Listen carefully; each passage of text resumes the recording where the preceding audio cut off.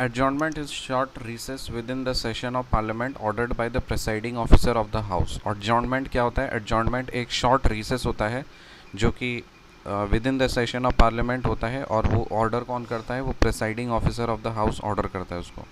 When the presiding officer adjourns the house without fixing any date or time of the next meeting of the house, it is known as adjournment sine die.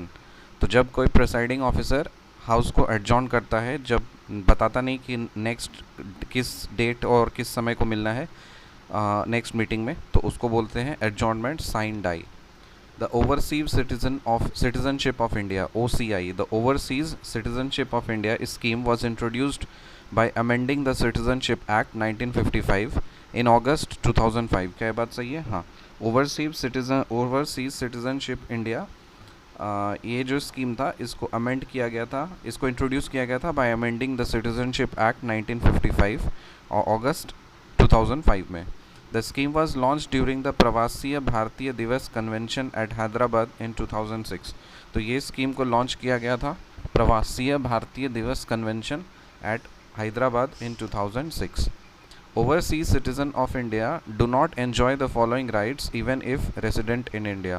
तो overseas citizen of India जो है ना, ये कुछ rights enjoy नहीं करते हैं even if resident in India. वो इंडिया में भी अगर है तो वो भी ये rights को enjoy नहीं कर सकते. पहला right to vote, उनको right to vote नहीं होता.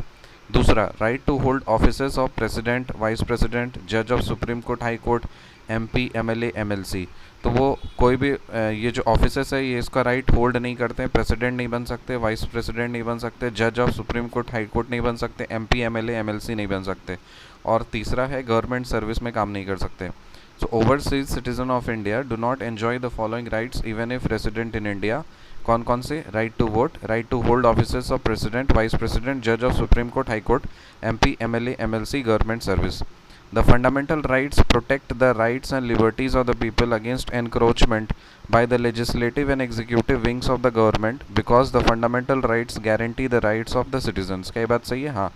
The fundamental rights protects the rights and liberties of the people against encroachment by the legislative and executive wings of the government. तो legislative हो गया या फिर executive wings हो गया है, तो ये जो है ना ये encroach नहीं कर सकते rights and liberties of the people को, क्योंकि जो फंडामेंटल राइट्स है ना वो सिटीजन्स को राइट्स गारंटी करते हैं.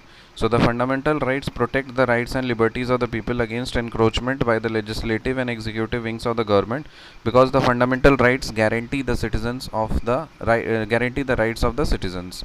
Article 361 states that the principle of equality is not applicable to the President of India because the President of India enjoys some privileges, special privileges under the Constitution of India. So article 361 क्या बोलता है? Article 361 बोलता है कि principle of equality जो है वो राष्ट्रपति पे लागू नहीं होता. क्यों? क्योंकि राष्ट्रपति जो है कुछ स्पेशल प्रिविलेजेस एंजॉय करते हैं under the constitution of India.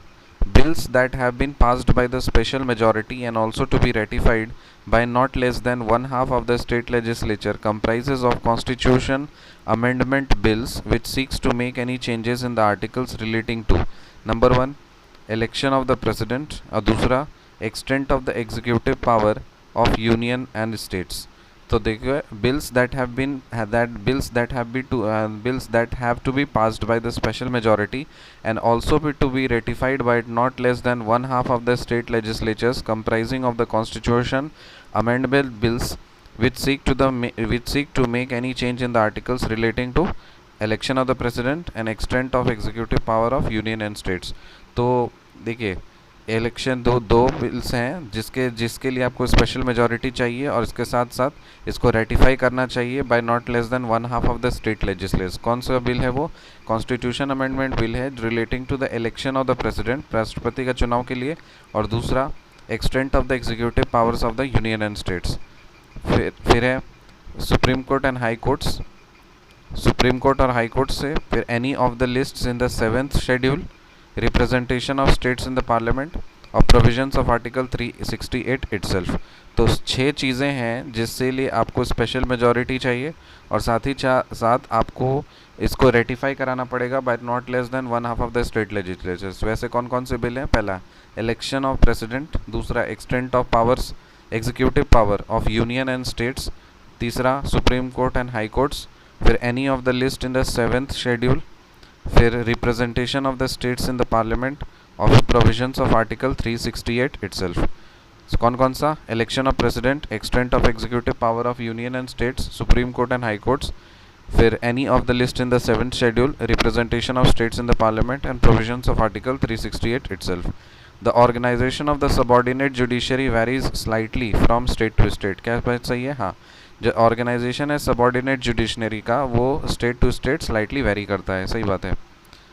Recap करें। Adjournment is a short recess within the session of the parliament ordered by the presiding officer of the house. When the presiding officer adjourns the house without fixing any date or time of the next meeting of the house, it is known as adjournment sine die. The Overseas Citizenship of India (OCI) scheme was introduced by amending the Citizenship Act 1955 in August 2005. The scheme was launched during the Pravasi Bharatiya Divas Convention at Hyderabad in 2006. Overseas citizens of India do not enjoy the following rights even if resident in India. कौन कौन से? Right to vote, right to hold the offices of President, Vice President, Judge of Supreme Court, High Court, MP, MLA, MLC, government service. The fundamental rights protect the rights and liberties of the people against encroachment by the legislative and executive wings of the government, because the fundamental rights guarantee the rights of the citizens. Article 361 states that the principle of equality is not applicable to the President of India because the President of India enjoys some special privileges under the Constitution of India. Bills that have to be passed by special majority and also to be ratified by not less than one half of the state legislatures comprises of the constitution amendment bills, which seek to make any changes in articles relating to election of the president, extent of the executive power of the union and states, supreme court and high courts, any of the list in the 7th schedule, representation of the states in the parliament, provisions of article 368 itself. The organization of the subordinate judiciary varies slightly from state to state. See you in the next video. Till then, bye.